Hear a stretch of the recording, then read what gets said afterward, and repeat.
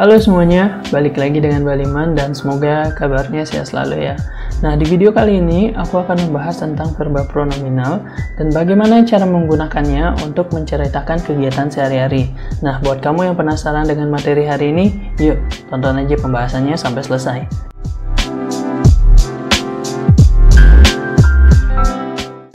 Sebelum kita lanjut ke beberapa contoh tentang penggunaan verba pronominal untuk menceritakan kegiatan sehari-hari, aku akan mulai dulu dengan definisinya. Nah, verba pronominal adalah sebuah verba di mana subjek itu melakukan tindakan kepada dirinya sendiri. Jadi, misalnya dalam kalimat Je m'appelle Antoine. Je m'appelle Antoine. Nah, secara harfiah, kalimat ini sebenarnya berarti aku memanggil diriku Antoine. Nah, tapi ya kita udah tahu kalau Je m'appelle Antoine berarti namaku Antoine. Nah, cuman untuk gambaran aja sebenarnya verba pronominal itu kayak gimana sih? Oke lah, kita tahu bahwa Je m'appelle Antoine berarti namaku. Tapi paling nggak kamu tahu sebenarnya verba pronominal cara kerjanya kayak gimana? Nah, ini juga kamu harus tahu ya. Jadi secara harfiah itu artinya aku memanggil diriku Antoine. Nah, bisa kayak gitu. Oke, sekarang kita coba mempelajari tentang bagaimana cara verba pronominal ini dikonjugasikan. Ya, kita berangkat dari bentuk infinitifnya dulu. Dan kita coba gunakan verba se promener, yang artinya berjalan-jalan. Nah, kita lihat di sini ada sesuatu yang tidak biasa. Ya, ada tambahan se di depan promener. Walaupun kita tahu bahwa pada dasarnya kita promener mungkin tahu ya, jalan-jalan. Nah, tapi ada se promener. Kemudian apa artinya? Dan apa itu se? Nah, se dalam verba pronominal ini merupakan sebuah pronoun refleksi namanya. Dan dia berubah tergantung dari subjek yang kamu gunakan, sama seperti konjugasi. Nah, ketika kamu konjugasikan verba se promener ini, maka dia akan menjadi je me promène, tu te promènes, il se promène, atau elle se promène, nous nous promenons, attention, vous vous promenez, kemudian il se promène, atau elle se promène. Nah, jadi kata se dalam bentuk infinitif tadi mengalami perubahan tergantung dari subjek yang kamu gunakan. Nah, kamu perlu hati-hati di situ. Kemudian sekarang kita beranjak dari konjugasi menuju ke contoh-contoh kata kerja yang bisa kamu gunakan untuk menceritakan kegiatan sehari-hari. Nah, berikut ini ada 10 kata kerja yang bisa kamu gunakan. Oke, yang pertama itu adalah se réveiller. Se réveiller artinya bangun tidur ya. Misalnya dalam kalimat je me réveille à 6 heures. Je me réveille à 6 heures. Aku bangun jam 6 pagi. Nah, kemudian ada kata kerja se lever. Se lever itu juga artinya bangun. Tetapi perbedaannya dengan se réveiller itu adalah se réveiller itu berarti baru bangun dan kamu masih ada di tempat tidur dan kayak baru melek gitu, belum bangun dari tempat tidur. Tapi se lever itu berarti kamu udah beranjak dari tempat tidur. Oke? Nah, misalnya contohnya kayak gini. Tu te lèves à 7 heures. Tu te lèves à 7 heures. Kamu bangun jam 7. Oke? Bangun yang sudah keluar dari tempat tidur. Nah, selanjutnya ada se doucher yang artinya mandi. Misalnya kalimatnya seperti ini. Il se douche avant de partir.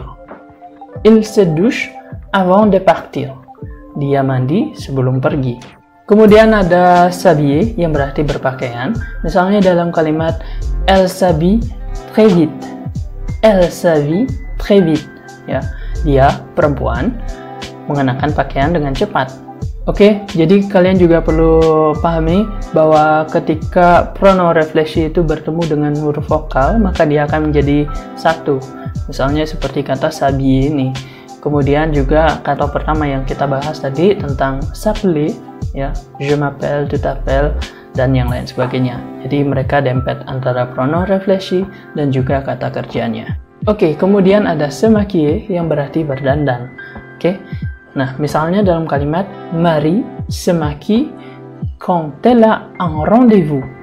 Marie se maquille quand elle a un rendez-vous. Oke. Marie berdandan ketika dia ada meeting. Anggap aja kayak gitu, walaupun si Marie ini sebenarnya dia berdandan setiap hari. Intermezzo dikit. Nah, kemudian ada se promener. Contoh yang tadi itu ya. Nah, misalnya kalimatnya kayak gini. Nous nous promenons au parc. Nous nous promenons au parc. Kami jalan-jalan di taman. Oke, selanjutnya ada se reposer yang artinya istirahat.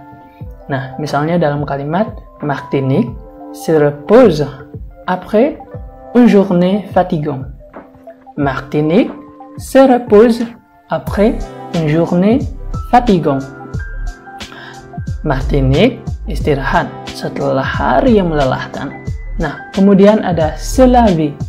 Berbeda ya. Yang pertama tadi ada se lever, kemudian sekarang se laver yang artinya mencuci.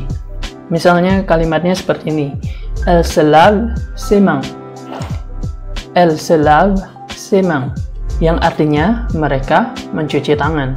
Nah, kemudian ketika hari sudah malam, ada kata kerja yang bisa kamu gunakan untuk mengekspresikan bahwa kamu ingin tidur, yaitu se coucher.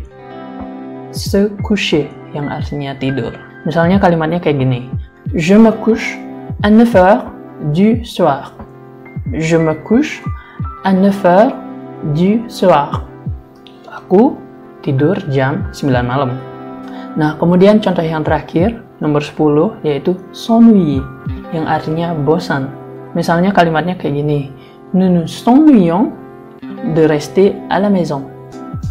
Nous nous ennuyons de rester à la maison. Kami bosan banget diam di rumah terus. Misalnya kayak gitu. Nah, itu dia contoh-contoh yang bisa kamu gunakan untuk menceritakan kegiatan sehari-hari dengan menggunakan verba pronominal. Nah, tapi ada beberapa hal juga yang perlu kamu ketahui terkait verba pronominal, bahwa tidak selalu verba pronominal ini menceritakan hal-hal seperti yang kita bicarakan tadi. Bisa saja mengatakan sesuatu yang resiprokal, ya, terjadi biasanya antara dua orang. Misalnya dalam kalimat il se regarde. Il se regarde, bentuk jamak ya. Artinya mereka saling menatap, ya. Il se regarde, dua orang, yang ini natap, ya. Il se regarde. Seperti itu. Jadi teman-teman perlu hati-hati banget tentang hal itu. Perlu dilihat juga konteksnya seperti apa, jadi kamu bisa mengartikan kalimat bahasa Prancis itu dengan presisi. Misalnya contoh yang lain juga, on va se rencontrer demain soir, non? On va se rencontrer demain soir, non? Besok sore kita ketemu lagi kan? Nah, ya, saling bertemu kayak gitu. Oke, jadi nanti sambil lihat aja konteksnya, kamu bakal tahu artinya seperti apa. Nah, selain itu, verba pronominal juga bisa digunakan untuk sesuatu yang bersifat pasif, kalimat pasif ya. Digunakan untuk menceritakan kalimat pasif. Misalnya itu seperti la Tour Eiffel se voit de loin. La Tour Eiffel se voit de loin. Ya, jadi menara Eiffel kelihatan dari jauh. Nah, itu bagaimana cara menggunakan verba pronominal untuk menyatakan sesuatu dalam bentuk pasif. Nah, selebihnya lagi terkait bentuk lampau atau khususnya passé composé, segala bentuk verba pronominal yang kamu gunakan itu harus menggunakan auxiliar être. Lebih mudah daripada verba-verba yang lain. Apalagi kalau kita nggak tahu suatu verba pasangannya dengan auxiliar apa. Nah, untuk verba pronominal kamu hanya perlu mengingat satu jenis auxiliar, yaitu être. Tapi jangan lupa akornya ya, karena kamu pakai être. Entah jamak, entah feminang semua, atau yang lainnya. Oke? Nah, itu dia pembahasan di video kali ini. Semoga videonya bermanfaat untuk teman-teman yang sedang belajar bahasa Perancis. Dan sampai jumpa di video berikutnya.